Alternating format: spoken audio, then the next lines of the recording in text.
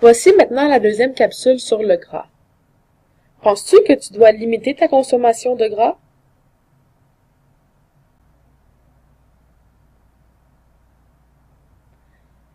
La réponse est non. Tu dois plutôt opter pour une consommation modérée de gras. Voyons voir ce qui arrive si tu as une consommation trop faible de gras. Premièrement, tes repas seront moins intéressants et satisfaisants parce que le gras donne une texture agréable au plat et rehausse leur saveur.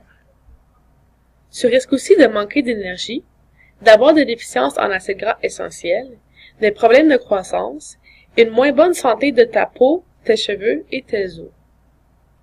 Maintenant, voyons voir ce qui arrive si tu manges trop de gras. Si le gras prend trop de place dans ton alimentation, tu risques de ne pas manger suffisamment de glucides et de protéines. De plus, manger trop gras ralentit la digestion parce qu'il peut prendre jusqu'à 6 heures à digérer. Tu risques aussi d'avoir des inconforts si tu prends un repas trop gras avant une activité physique. Et finalement, cela peut affecter la santé de ton cœur si les gras sont de moins bonne qualité.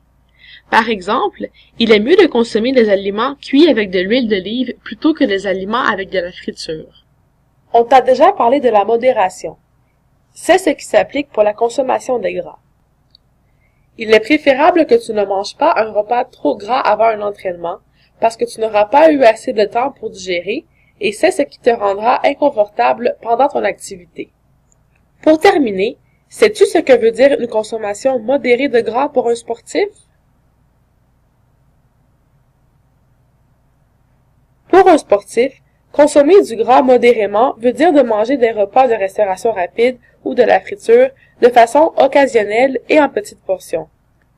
La deuxième règle d'or pour un sportif qui consomme du gras de façon modérée est de réserver les aliments transformés comme les chips, les gâteaux et les bonbons à des occasions spéciales. En résumé, un sportif suit la règle des aliments d'occasion pour les aliments qui sont riches en gras.